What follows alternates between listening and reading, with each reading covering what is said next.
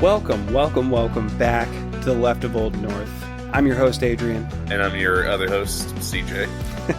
And today, I feel like I say this every single week, but we've got so much to talk about and so little time. CJ has a lot of stuff that he brought to me today and he scribbled it out and put it up on a pin board with little pieces of string attached to it and said, we gotta talk about this. We gotta talk about this. Okay, no, he didn't actually do that, but he did say, Adrian, we have so much to talk about today. I don't even know if we're going to be able to fit it all into one episode. We're going to try, at least. We're going to try. Yeah, no, I came in here looking like it's just the meme from Always Sunny. Yeah. I guess we'll just kind of get right into it. The first things first. So just get right in. Just jump right in. But first, make sure to smash that like button. No, seriously though, we have had a lot of people tell us that we need to start telling people to subscribe and look at our other episodes. If you're interested, make sure to follow us on Blue Sky, Twitter, all the great places, and not so great, to include Twitter. But you can find our podcast anywhere. And with that, CJ, sorry, pardon the interruption. We'll just dive right on in. So it is, as we are recording this, it is currently April 7th. All right. So we are now, 6 months and 2 days removed from the November 2024 election. And here in the good old North State, we are home to many things, First Flight, kind of like one of the main places where stuff like NASCAR was born. And we are also home to the only still unresolved race from last year. Right. Coke versus Pepsi. Which is better? The obvious choice to me is Pepsi, because I have to say that because Pepsi's originally from North Carolina. But wait, that's fair. That's the race you were talking about, right? Totally. I'm also a Pepsi guy. Anyway, so gotta keep my North Carolina credentials up. Right. It is the Allison Riggs versus Jefferson Griffin. No, case, that can't be right. That can't be right. It's been 6 months. There's no way that race is still going on right now. Believe it or not, it is the race that just will not die, will not end. So essentially, in case you've been living under a rock for the past 6 months, one, I envy you. Two, tell me where so I can also go do that. Essentially, for the North Carolina State Supreme Court, there's a race between Justice Allison Riggs, who is already on the State Supreme Court, and Jefferson Griffin, who is he Court of Appeals or Circuit Judge? I don't remember. He is, he's on the Court of Appeals. That's right. Yeah, so Court of Appeals. And Griffin was trying to get Riggs' seat, and he lost. Now, it was very close there at the beginning, and then they started going to recounts, and about, 100,000 more different recounts. And Griffin has dragged this through basically every single court you can, except the Supreme Court so far. Give it time, I wouldn't be surprised. Yeah, seriously. And that takes us to kind of where we're at right now. So this past Friday, the North Carolina Court of Appeals sided with Jefferson Griffin, a 2-1 party line kind of vote sort of thing, and saying that the State Board of Elections was wrong, and that essentially Jefferson Griffin has every right to challenge these 66,000 votes and everything, and that, the voters should be forced to comply with requirements that didn't really exist at the time of the election, right? Mm-hmm. And it's a big deal, because there have been 2 recounts up to this point that have confirmed that Riggs has beat Griffin by over 700 votes. Now, you can ask for recounts in races, yes. Very rarely do they change the outcome. You might pick up maybe half dozen votes if you're lucky, sort of thing. You're not going to pick up 700. And they know that, and that's why they were trying to get 66,000 votes thrown out. But that's beside the point right now. Today, April 7th, the North Carolina State Supreme Court put a pause on this, put a stay on the Court of Appeals decision. And so that's good. That kind of gives everyone time to figure out what's going on. Mm-hmm. And so, obviously, in the past few days, between Friday and today, there's been a lot of confusion. There's been a lot of panic. A lot of good Dems from across the country really have been trying to chime in as this story is being picked up now by major news networks. It's being picked up by, TikTokers like Under the Desk News and Aaron Parnas and all that. It's finally getting the traction that it should have had a long time ago, in my opinion. Yeah. But a lot of people, as soon as that thing with the Court of Appeals came down on Friday, they're like, oh, we need to be, getting out there and curing ballots and figuring out what's going on, all that stuff. They were ready to jump into action, and I think that's awesome. I mean, even here, on our TikTok, I shared a link saying, hey, here's a link on how you can get involved. There's something going on yet, but you can at least sign up. And, I still encourage y'all, go put your name down if you want to help out, whatever future efforts there are. But tonight, again, April 7th, there was a giant meeting, with the NC Democratic Party. Anderson Clayton was on there, the chair. Kat Lawson is the voter protection director. And, of course, Justice Allison Riggs. And there were almost 2,000 people on this call, y'all. Not just from North Carolina. I know I saw Massachusetts, I saw Florida, I saw California. I saw Indiana at one point. Indiana, yeah. So people from all across the country, all corners of the country, are invested, are interested in this race, right? And Allison Riggs, she got on there, and when I tell you, she is like the nicest person like you will ever meet. You can tell she genuinely cares about her job and genuinely cares about the people in North Carolina. And that is refreshing to see, especially in North Carolina politics. You don't see that as much as you should. But, Friday afternoon, like I said, the Court of Appeals gave credence to Jefferson Griffin's arguments. And they tried to say, hey, you have like 15 days to cure all these ballots. And that's what started causing all the confusion, all the panic and whatnot. And of course, her team has been working hard, and they already have like data for a lot of those ballots. And so they are also working with the State Board of Elections to put out the best information on what people need to know about ballot curing and just all this stuff, right? Mm-hmm. One thing that should be really clear is she is in this for the long haul, right? If, there is the need to do chase and cure, you will do chase and cure, and everyone will have their chance to, kind of pitch in and help out. They're just not doing it right now. It's not like, trying to cure a provisional ballot or anything like that. We need all the info, and if we can't connect, like, a person with a ballot we're trying to cure, then that can just create more problems. Right. Right. And, I mean, something like this, like she said, doing this right is more important than doing it quickly.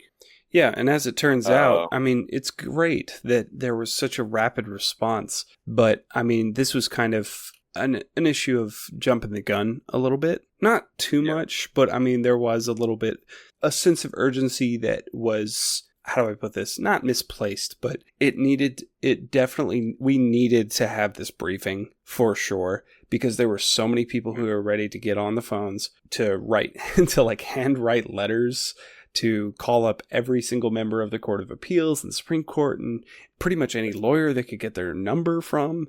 Like, it is so good to see so many people wanting to, like, to in a certain way get up in arms about this. But like you said, we need to direct that energy towards, like, being strategic and actually curing these ballots the way that they need to be, if they even need to be. Because, as I'm sure you're about to say, that there's more on the other side of this that needs to happen before we actually do anything about the ballots. Yeah. And so, I mean, where that kind of takes us right now is this is one of those things where, trust the process, trust the Riggs team. They got, incredible people over there. And this is one of those things where we just kind of have to kind of hurry up and wait. Reason being is this is something that's unprecedented. Like, This is one of the things that it just does not happen. I've never heard of anything like this. And, we've said this before, I believe, on the podcast, and it's still true. This type of thing that Jefferson Griffin is doing is a test case, right? They are seeing, if the people will push back or accept, Republicans just trying to steal elections, trying to sue their way to victory. I mean, we saw in 2000. But right. No, and at the risk of making them sound too cool, I mean, this is a velociraptor. Like, yes. To use your, I think it was from either our third or fourth episode, to use an analogy that you were using that you told me, and I think we are going to repeat many times throughout this podcast because it seems like it just happens all the time. The Velociraptors are testing the gate. And this is a really good example of that. Kat Lawson, the voter protection, she's the director. Yeah. Kat Lawson, the NCDP voter protection director, was briefing everybody about how this is the kind of thing that becomes precedence if it's allowed to go far enough. And what they're trying to do is make sure that they can build up a case that, if they can get in front of a friendly court, will then become precedent for the ability for basically just the Republicans, because, like, when's the last time you heard of the Democratic Party doing something like this? Exactly. But this is a test case for them to be able to push the boundary of what is truly deserving of a recount and where they can just throw out ballots. I mean, really, that's what they're trying to do. This isn't about a recount anymore, because the recounts have already happened. At this point, this is about throwing out votes and testing voter efficacy and, in a way, testing voter response, because if no one notifies these people who may or may not get counted, this throws a wrench in every other election that you can possibly think of. Like, and if you think that it's only going to be a 1% or 0.1% difference going forward for some of these elections, keep in mind 734 votes, I think, was the exact number. That was the difference between that Riggs beat Griffin by. They are trying to get rid of 65,000+ ballots. It's not like they're trying to challenge 1,000. It's way more than they actually need, because they are pushing to try and get to the point where, they threw out 65,000 ballots before. So if a race is only, if they're only down by, let's say, 10,000 votes, 20,000, 50,000 votes, who's to say that all of these votes are actually real? Who's to say that these people actually voted? We need to do a real in-depth dive, and you can bet your ass that if the situation is flipped, Republicans would fight that tooth and nail, and Democrats, in some cases, would not challenge it. So we need to have some teeth on this, and I'm glad that the Riggs team is continuing to attack this, because if the shoe was on the other foot, they likely wouldn't have challenged this at all. Yeah, and I think that's that's kind of something that Justice Riggs said tonight. You know, she said, we're not going to fight in a way that disenfranchises voters, right? Us, like Democrats, we, at least for the most part, seem to have integrity, seem to actually care about the rule of law and processes and, democracy as a whole. Sure. And, I think it's obvious at this point that the Republican Party doesn't really care about that.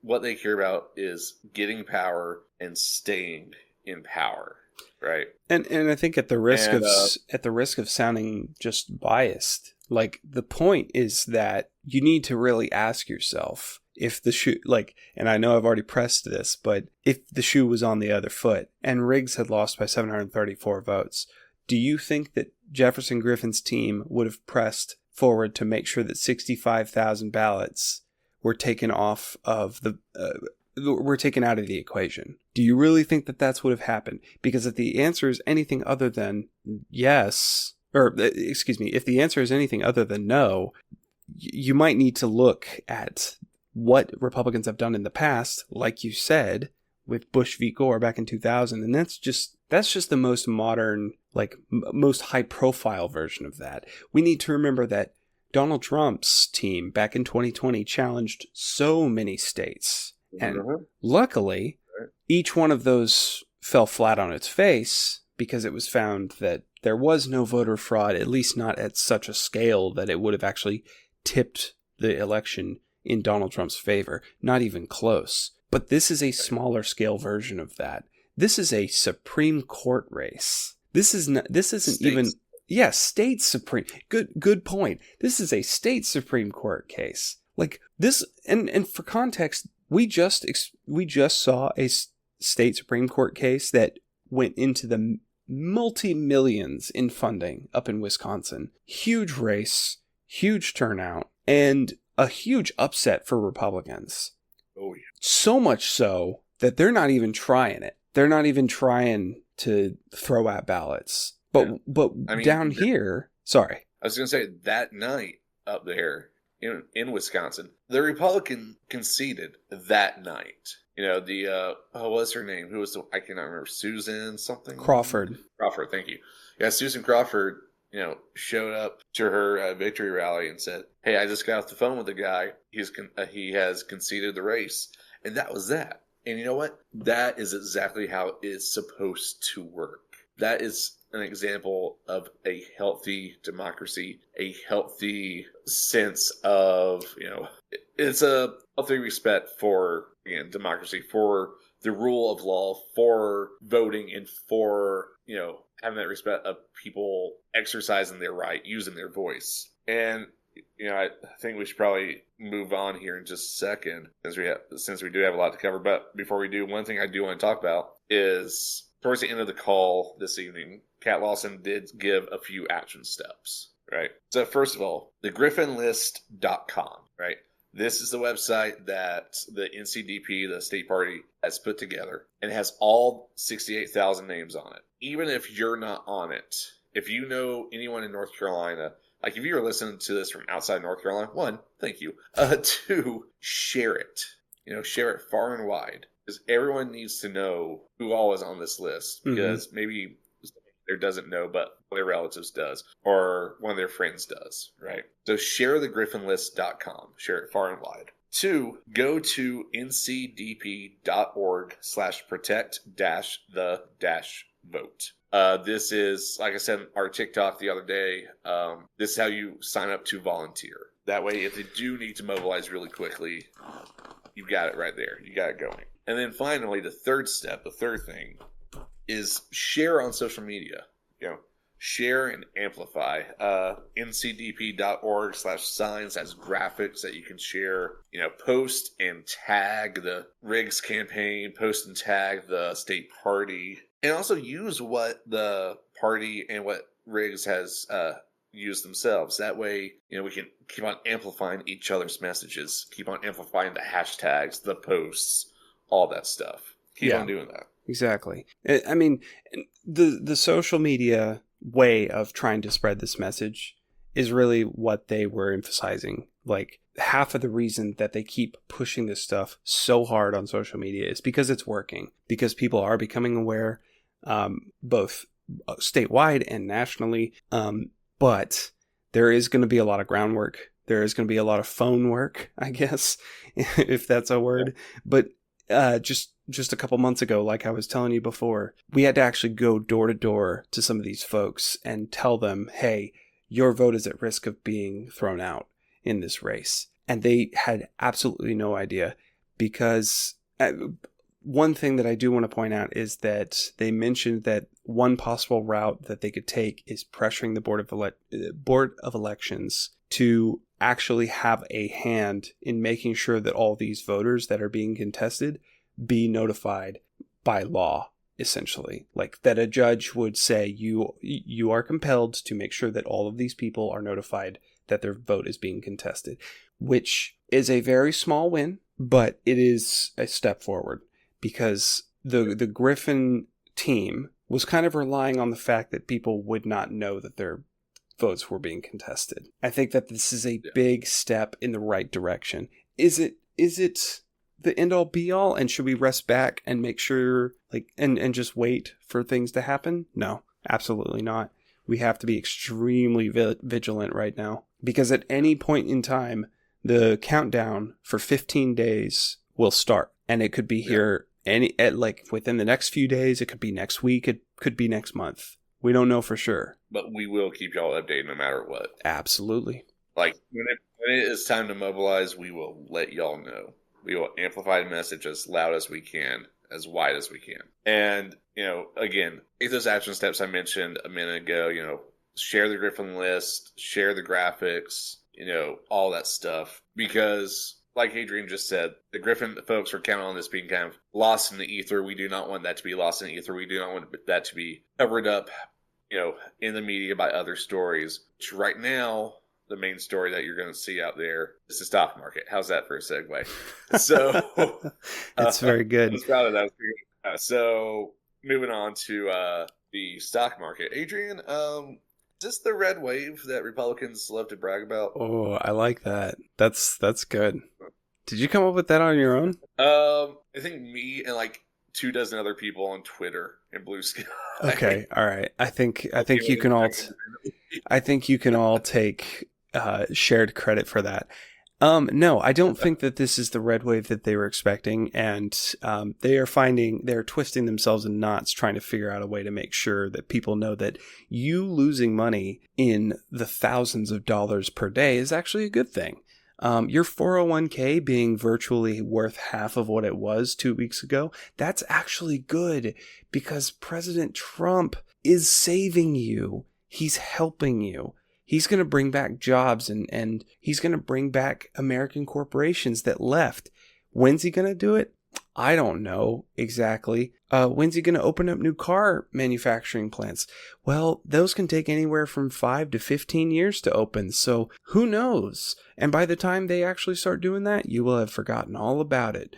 Median voter, which is exactly what they're hoping. Sorry, I'm going on a little bit of a rant here, but this is such a small not a catalyst. This is such a small symptom of a bigger problem where we now have people who are actively losing thousands and thousands of dollars every day. And I'm not talking about rich people. I'm talking about the average stock purchaser, the guy who has like $135 in this and $1,500 in that. Like, your money is getting depleted every single day. I took my money out of the stock market 3 weeks ago, the moment that he announced these tariffs. And I told everybody that I knew that they should do the exact same thing. And not everybody listened to me. And here we are. Yeah. Like, I'm not some kind of guru. I'm not some kind of like crypto bro that can read the charts, the ups and downs. I know the splits and all that. No, this is just, he said he's going to tariff our most involved trading partners and added to that pretty much the rest of the world, and expected somehow for the market to just maintain its trust in him. Be okay with it. Over the weekend, while everyone was worrying about the futures and, whether or not Happy Feet was going to get tariffed to death and whatnot, he was down in Florida golfing. Yeah. That's it. Now, I'm not saying the president cannot go and have a little bit of recreation. Presidents should go have some recreation. They should be able to relax. No, they should work themselves. They should work themselves to the bone. They should nearly die while in office. Every 4 years, they should have blood tested to make sure that they are actually weaker than they were 4 years before. That's my hot take for the day.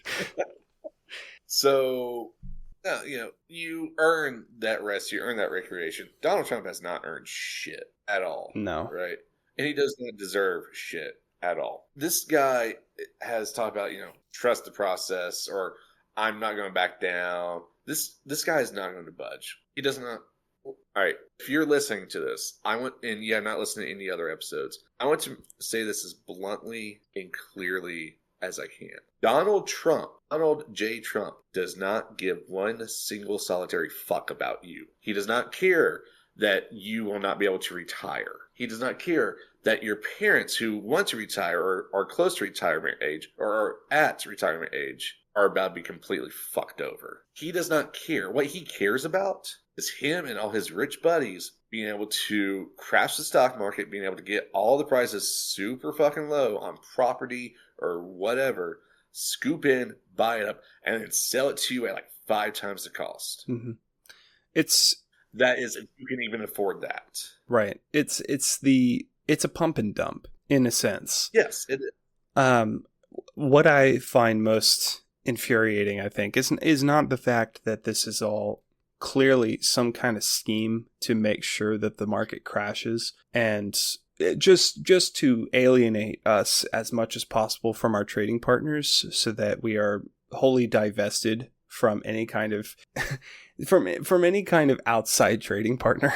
I think is their grand plan is to make sure that you are forced to buy American or or anything else for a much, much, much higher price. It doesn't seem to me, because people all over Twitter and all over all these other places will tell you, no, it's actually better because now we'll start making stuff in America again. And while that sounds good on its face, while that sounds, hey, I'm going to give somebody some credit here. While that does sound good on its face, I'm not trying to make it sound like, buying American is bad. It's not. But the way that they're going about it is like me telling you, it's like an abusive boyfriend. You can't break up with me. I will make sure to, this is not a good analogy, but essentially, like, you can't go buy from other places except at a much, much higher markup. I'm going to make sure that you trade within ourselves at whatever prices we essentially set. I had an argument with somebody over the weekend about prices coming down. They said prices are going to come down because they will always come down in when tariffs happen. And I'm like, yeah, but that's not always for a good reason. And here's why. I laid out the reasons. And they said something that kind of infuriated me, which is that, but if tariffs don't work, then why do they exist in the first place? Oh dear. So without getting into a big history lesson, tariffs exist for the sole benefit of American companies. That's it. It does not help the consumer. It doesn't help your outside trading partner. And you may think, well, the companies are the ones paying the price. No, here's why. Because they want to make sure that they can mark up product. And then once the tariffs are gone, the market or the price stays exactly where it was. It does not come down. And if you don't believe me, they have already play tested this and realized that they can make it work again when they marked up prices during the pandemic. And there were many, many companies that were found that actually had basically defrauded Americans by marking up the price of goods to insanely high numbers because of supply chain issues, because of whatever, right? So they marked up the price. And then logically, you would think that once the pandemic is over, or at least the symptoms of the pandemic upon the market have subsided, that the prices would then come down. But they didn't. They never came down. The price of goods and services remained the same as they were in 2021 and 2022, when we had largely abandoned the pandemic response, right? Yes. I mean, the only reason some of them even started to come down wasn't even until like last year, whenever Target and Walmart and whatnot were being called out and were forced to say, okay, we will lower our prices. This whole thing with the tariffs has me agreeing with Milton Friedman, and I cannot tell you how much that pisses me off. There's a quote from him, right, that says, "We call a tariff a protective measure. It does protect. It protects the consumer very well against one thing. It protects the consumer against low prices." You know how fucked up things have to be for me to agree with Milton Friedman? Well, and he's right. That's exactly what I was talking about before. The only benefit that anybody actually gets from this is somebody who has billions of dollars in stocks, somebody who has billions of dollars in companies and corporations, in the ability to mark up prices however they see fit, because tariffs, because that's all they have to say is, oh, well, we have to adjust the price because of tariffs. And I'm not trying to just say that all business owners are, lying to you or whatever, but think about any corporation that sells you things at a markup, at a discount. Why would they do either one of these things? To make money. Regardless of what it is, it's to make money. It's either to cover a loss or it's to gain on what they've already paid for the product, right? There is no company out there that is going to keep their prices so low that they will go bankrupt for you, the consumer. That is not going to happen. No. And I'll tell you one thing that annoys me so much. I got on TikTok. That's my first mistake. And I saw one person, they're stitching a video of a guy going through a car lot talking about how they were like lowering all the prices on the cars. And the person who stitched it, she's like, "See, look, Tariffs haven't even started yet, and already prices are coming down. Oh, Jesus. Someone stitched that and said, do you know what that is? And they like posted like a picture of like a store that says going out of business on it. Everything must go. That's what this shit is. Yeah. You're seeing low prices on things like cars, or you might see some lower prices on, I don't know, like expensive electronics or whatever. You might see some lower prices right now. And the reason why is because they have to get rid of their fucking inventory. It's that simple. Yeah. And it's so funny. Well, it's funny and it's frustrating. And it just shows the lack of understanding of how our financial systems work. This person, she saw all the evidence that shows tariffs are not working. She saw everything plain as day. The only thing they did not hold up was a sign saying, this is bad, right? And she still walked away with the wrong takeaway. And kind of going back to what you said a few minutes ago, kind of at the start of this section, it annoys me so much when people are like, oh, well, this is going to encourage job manufacturing. No, or jobs in manufacturing here in America. No, it's not. Do you really think that the CEO of whatever car company is going to be like, well, of course, I'm going to, bring things into America and, start manufacturing things here because, you know what? I'm a good American. I don't care about capitalism. I don't care about making a buck. No.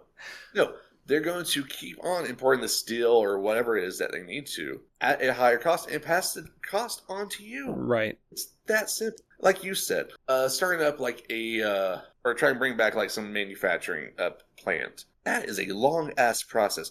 We in America do not have the infrastructure we had 100 years ago for manufacturing. This is no longer the industrial age. No, yeah. It is, we are firmly at the point now where we do outsource a lot of the work that creates the goods and products that we have that come into this country. Granted, but that is globalism in a nutshell. You are not going to get low prices for your t-shirts if everything's made right there because you simply don't have the labor for it. Stuff was still expensive even when it was made in America. In fact, leather boots that are made in America by Americans with American-made product, where it's like American leather, it's still expensive. It's the only reason that the boots that you buy that were made in China or Indonesia or like somewhere else are not is because of cheap labor. It's because of cheap product. Mm-hmm. It's because of extremely cheap shipping, which you can't get without the. And this is such a hypocritical take, to be honest, but like without the low wage that we pay people everywhere else. And it's abhorrent because I'd say that's okay. No, it's not okay, but like without that understanding, without that baseline understanding, people will look at price changes as if it's a direct correlation to what Donald Trump is doing. But what is actually happening, and like what you've been saying, is that people look at the futures, people look at the things that are being affected by the tariffs, right? We're talking about steel, we're talking about aluminum, we're talking about a lot of different products that come from overseas, directly from overseas, things that are required to come from overseas because we simply don't make that here. And if people say, well, again, this comes right back around to, well, they're going to make these factories and they're going to have these jobs and they're going to do all these things.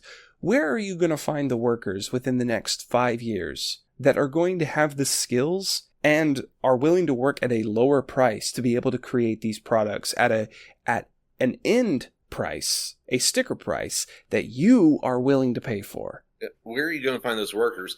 And, even if a company did decide, hey, we do want to make stuff here in America now, will it even be cost effective for them to make and build those manufacturing plants with the increased cost of steel and supplies and all that shit? No, it won't. It won't, because you have to find, holy crap, right near where I live, they're about to start building a $1 billion plant, which will provide thousands of jobs. And this is from a company that is based overseas, okay? Globalism, in a nutshell, provides jobs for people there and here. We have a system that is symbiotic in a way.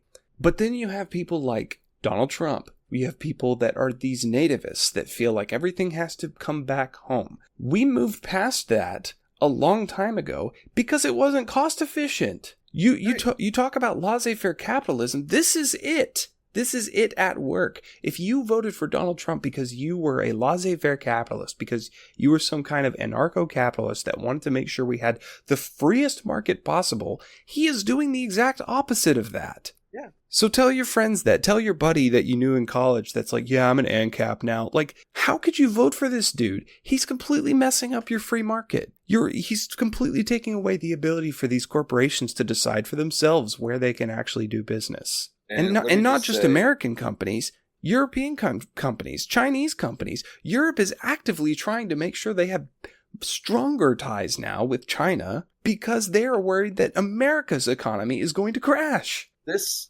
is just one of the many examples of how in the past 3 months since Trump's been inaugurated, he has actively and quickly taken our standing on the world stage down several pegs. We are actively, by not doing anything, by making these policy changes, we're actively encouraging, whether we realize it or not, those stronger ties with China, with India, with, these other countries that we might not necessarily have a great relationship with politically. We're actively encouraging that. Canada, one of our closest allies, literally and figuratively, has said, you know what, Canada is no longer a friend of the U.S. You know how insane that is? It's absolute bullshit. It's incredible in the absolute worst way. Yeah. Speaking of incredible in the absolute worst way, unless you have something you want to add really quick. All I was going to say was that Mexico and Canada, these are two closest trading partners, and we have different relationships with both of them, but both of them have basically just said, what are you doing? These retaliatory tariffs, try saying that 5 times fast, are a way for him to posture and say, I'm a big dog. If you don't like it, come talk to me. We'll work out a deal. And then we're seeing the results of the art of this deal. Everything's in the red right now. Because that is how Donald Trump has always operated, man. We tried telling y'all that this man bankrupted a casino, that he's been bankrupt 6 times, that this dude can barely even pay a prenup. Are you seriously telling me that this is the guy you wanted to run the country? Because here it is. He's just doing it. And that's the worst part. That's what I was really going to bring up. Here's the worst part about all of it. None of this has been approved by Congress. Yep. Our directly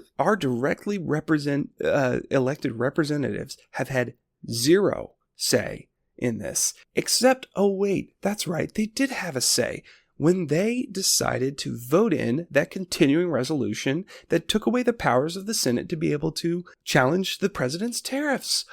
That's right. Who allowed that to happen? Go back and listen to our episode about that to get a little more context. But we went way into that, and I don't want to rehash it. So this is another plug to make sure you check out one of our previous episodes.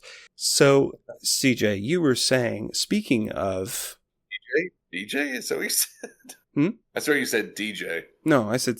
So, CJ, speaking of incredible... Yeah, speaking of incredible in the worst way, let's talk about really quick House Bill 804. It was introduced today. It's, again, as I said at the beginning of this, April 7th. It was introduced today. It's called the Human Life Protection Act of 2025. It was filed, and the primary sponsor was Keith Kidwell, Republican, surprise, surprise. You're going to hear that name a lot in terms of shitty bills. Yes. So he is near the coast, Hyde, Dare County, that area. And essentially what this does is makes it a Class B felony to perform, induce, or attempt an abortion, right? Now, in North Carolina, Class B2 felony carries a standard punishment of 10 to 26 years in prison with a maximum of 40 years.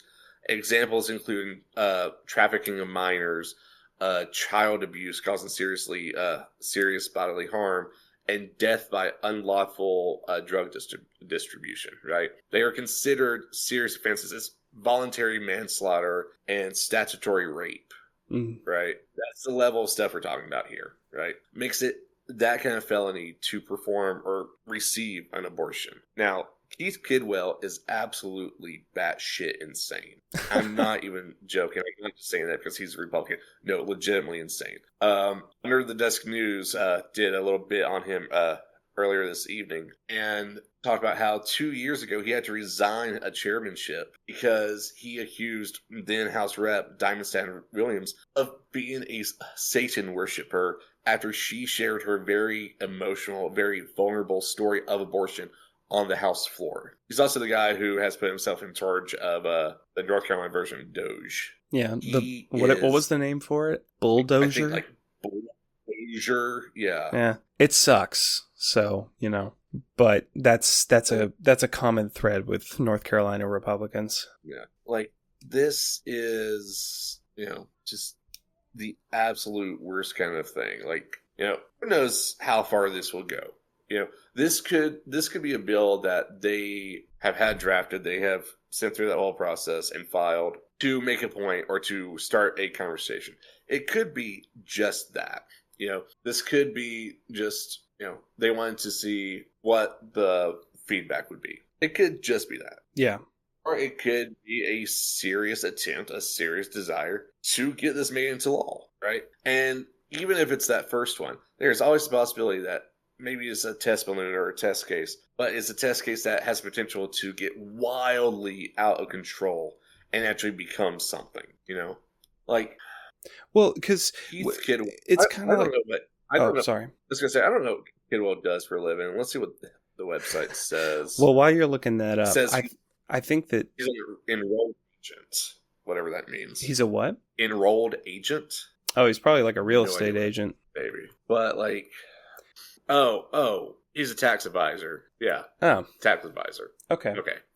No, so, at least according to the IRS, this dude has no right to relegate women's bodies, and he is sure as hell has no right to say that they deserve, like half of a life sentence for something that they might not have any control over. Right. And I say that, like, there are people out there who, they get pregnant and they have an ectopic pregnancy, or there is something severely wrong, or they have a miscarriage of some kind. And some of them, they can you can pass at home and whatnot. And other things like ectopic pregnancy, it's obviously a little more invasive. But it's a complicated issue. It's, it's not a one size fits all thing. So no, it's not. And the situations where they have to go in and help, kind of clear everything out, so to say, after a miscarriage, that's a type of abortion. Right. It's one of those things where, if you don't get that, then things turn necrotic, they rot, it leads to infection, and it can lead to death. These are people who either, Keith Kidwell and the like, either don't know what all is involved in this and what the repercussions are, or even worse, they don't care what the repercussions are. I think it's more than likely the latter. I'm sure that at some point, somebody has informed them or written to them or tried to make their case about the ins and outs of what abortion is and how it's performed and all these other things. The problem here is that you can see the direct through line when a woman tells him about her very personal experience with abortion. His immediate response is that she's a Satan worshiper. And so then the only conclusion that you can draw from that is that he's creating this policy, trying to create a law based purely on Christianity, purely on his religious stance. What we have here is a lack of ability to moderate your position based on everyone. And instead, you are making a position based on your own belief, your own belief system. Not to mention, right, that our own governor is Jewish. Why do I bring this up? Because Jews do not have, some sects of Jews do, I think, but the Jewish faith does not actually demonize abortions at all. Right. We have a large population of Jews in North Carolina. We have a large population of Muslims in North Carolina. Their views on abortion are very different from how Christians view it. You are trying, and this isn't purely from religion, but it is a form of control based on religious premise. Is this me railing against religion? No. We can do a whole different episode about that at some other point. My whole rant here, my whole point is that when you try to make a legal argument from the standpoint of religion that is only geared towards one sect of that religion, because keep in mind, not all Christians think that abortion is wrong either. We have a problem where now we are trying to establish religious doctrine in the in the state's laws. This is a huge issue, and we've seen this before multiple times, but this is one where I am hoping, and I expressed this to CJ when we were talking about this before the show, I am hoping that more moderate Republicans in the North Carolina House, which there are some, they're few and far between, but they are there, they exist, they know that when you create a law that does not allow for any exceptions, except under a very, very, very, very, very thin stipulation, you're going to cause some problems. You're going to have a full-on uprising on your hands, especially from women. Rightfully so. It's like, good luck passing this and winning the midterms, because abortion will be right back on your doorstep again. Yep, it will. And I just want to talk about how, like, a lot of the people who talk about this sort of thing are, obviously consider themselves very pro-life. Right? And what I'm about to say is nothing that has not been said before on, every other Democratic podcast or every other, Democrat, any other Democrat has said. Pro-life with Republicans does not mean what it at least should, so to say, mean. They're not pro-life, they're pro-birth. I think George Carlin said it best when he said, if you're pre-born, you're fine. If you're preschool, you're fucked. Right. And Carlin. But and he's right to a certain extent, for sure. And so you're telling me, not you, but Republicans, you're telling me you would rather see someone who is pregnant, be forced to carry, a miscarriage, be forced to go through that mental trauma, also the physical trauma, get to the point where they are so sick they are on death's door, and past a certain point there is no bringing them back, right? And they die. You're telling me that's pro-life? No, that's bullshit, is what that is. Because they will always come back. Well, they'll always come back from a position of saying, well, that's in a very slim minority of cases. We're not talking about those cases. We're talking about elective abortions. We're talking about women who are doing this as a form of birth control. And when you ignore the minority of cases, you can see why women get so pissed and up in arms when these kinds of bills are passed, when these kinds of restrictions are passed, because it could be you. It could be your mom. It could be your sister. It could be your wife, girlfriend. It could be anyone with a uterus that can birth children. Yes. And if you want to show me that you're pro-life, all right, stop destroying the social safety nets. Give me universal pre-K. Show me free school lunches. Show me, affordable childcare. Show me all these things that actually set people up for success in life. But you're not going to. Because, again, you are not pro-life. You're pro-forced birth. You're pro, capitalist society. You're pro stripping away every single protection that we as a society that claims to care about people should have. Mm-hmm. And when we say capitalist society, I mean, this isn't just like, we should all be socialists. We should not have any capitalism. What we're trying to say is that living in a capitalist society means that everything is a claw game, that you have to make sure that you are constantly working, that you are constantly healthy, that you are constantly saving money. You don't have the luxury of being able to rely on the rest of society or even rely on your own community to provide you with the basic necessities that you may need when you are older, when you are disabled, when you are a child and you can't provide for yourself. We don't have people, we have people in our legislature right now that would prefer to let everybody fend for themselves, bar none. Like, you don't have any kind of social safety net.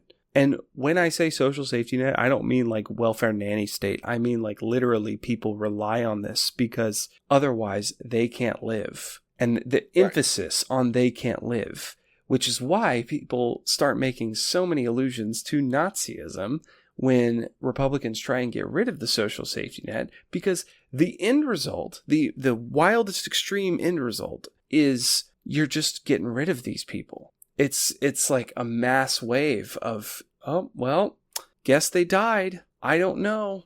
Too bad. They weren't good for society anyway. They didn't actually help anybody. They didn't do... You see where I'm going with this? You see how it starts to really... And I mean, I know CJ understands this. I'm saying to everybody out there, you see, if you just pull the thread, if you just keep pulling the thread, you see how the Nazis got to the point where they were like, oh, actually, these people who have disabilities, they're not contributing anything to society. So maybe we should just find a way to not have people in society that are disabled. And then it turns into, oh, look at these people who are, LGBT. They can't reproduce. They can't add to society. Let's take them out. And then it goes on and on and on and on and grows. Yeah. It's a never ending thread. And it ends in devastation and murder. Like we are at the point now where there are people actively calling for LGBTQ plus people to lose their jobs based on the fact that they are trans, gay, bisexual. We have people that are actively calling for women who want to get elective abortions to be put in prison. I mean, we have people, not to mention that at the federal level, we are seeing multiple reports of people just disappearing. American citizens who are just being extradited out to El Salvador, which is known for the fabulous way that they treat their prisoners. And I think we really are at a turning point in history. And kind of like we talked about in one of our previous episodes, where people are starting to flee the country, we are at a turning point in history where it's like, okay, how much longer are we going to pull the thread? Because it's not that long until you get to the end of it. Right. So with that, I mean, go where I thought you were going to go. No, and I'm sorry, like, This is the kind of thing where if you're going to say that we need to fight against fascism, you have to connect the dots for people. Because it's not... If I'm coming out here and saying Donald Trump's a Nazi, well, I've kind of already lost the plot for a lot of people. They don't understand how I'm making that connection. So you, listener, the person who has gotten to the end of the episode, and thank you for sticking around and listening to it. You have to be able to connect the dots. You have to be able to pull the thread for people, because some people will not understand until it's too late. They won't get it. They will only... It's the old poem that everybody loves to quote, where it's first they came for the socialists and I did not speak out, for I was not a socialist. It's the same thing, just with different people. And you have to remember that this guy does not give a fuck about you. He doesn't give a fuck. He really doesn't. Like, he'll go... He would watch you die before he dirtied his hands to help you. Which is why they had to generate images of him wading through hurricane waters, because you would never catch him doing that in real life. No, but they will go out to Western North Carolina, set up a little wall of bricks, and then do a little press op, and then leave. They'll do that. He'll help that way while wearing his stupid ass red hat. Anyway, I am way too hot at the end of this episode. We need to cut it off. I know we still probably have a lot to talk about. I had two more things. We can end on a good note with one of those. How about that? Make it really quick. Yeah. So this past weekend, again, unless you're living under a rock, it was a joint effort between 5051. That's a fairly new organization. I think Indivisible, and I think it kind of varied from community to community to community, town to town. But I know, like, here in North Carolina, like, I think it was like the Poor People's Project was involved. But like, there was this huge, massive wave of peaceful protesting all throughout the country. Yep. Like here in Raleigh, I had heard 45,000 at one point from a cop. It's more like 4,500. I don't think he knew math. It's more like 4,500. But you know, like 4,500 people here in Raleigh, and I was at that rally. I went there. Now that everything was peaceful, I don't feel like paranoid about saying that. I was at that rally, and when I tell you, it was incredible. It was downtown Raleigh between the Science and History Museums. On one end of this area, you have the State Capitol building. On the other end, you have the General Assembly building, right? And every single inch of that place was just filled with people, signs, with righteous anger, and with, in a way, hope, right? This is something that you saw in, like I said, every other like major city, and even like small cities. Here in North Carolina, I heard about things in Marion, Brevard, Boone, like small towns have these protests. And like I said, it's people who are, like I said, filled with that righteous anger. And it's filled with hope and this idea manifested that we are not alone in our anger, that we are not alone in our frustration, and that we are not alone in our desire to see things get better. Mm-hmm. The way this administration works, and the way regimes similar to it have worked in the past, part of what they want is almost a sense of isolation, a sense of disconnect, so that you do not feel supported, so that you give up. Right. That's what they want. And to see this just wave, this crowd of humanity, all throughout the country come together for a common cause. Mm-hmm. A common cause. People can barely agree on what day of the week it is, let alone an issue. Yeah. To see everyone come together like that is heartening in the best way possible. Absolutely. It was beautiful to watch and see. The stories I heard were heartbreaking and inspiring, and just a great example of what showed some of the worst of what the humanity has to offer, but contrasted with the best of what we have to offer. The best of what we as Americans, as a country, as people who are patriotic and care about our neighbors and our friends and our family, show the best of what we have to offer. It was amazing to see. It's a great place to end it off. I think in all, let's remain hopeful. And I hope that as we continue to keep faith in whatever way you keep it, you'll stick with us over here on the Left of Old North, that you will follow us so that if you want to get updates about the things that we talked about here today, you will see them. We will definitely tweet /Blue Sky. What is it? Are they calling them skeets now? Because I've seen that. I'd rather not call us. I'd rather not call it. Yeah, it's not good. But you'll see us post about it everywhere that we have a public platform. You'll see us make videos about it. We'll definitely talk about it in future episodes.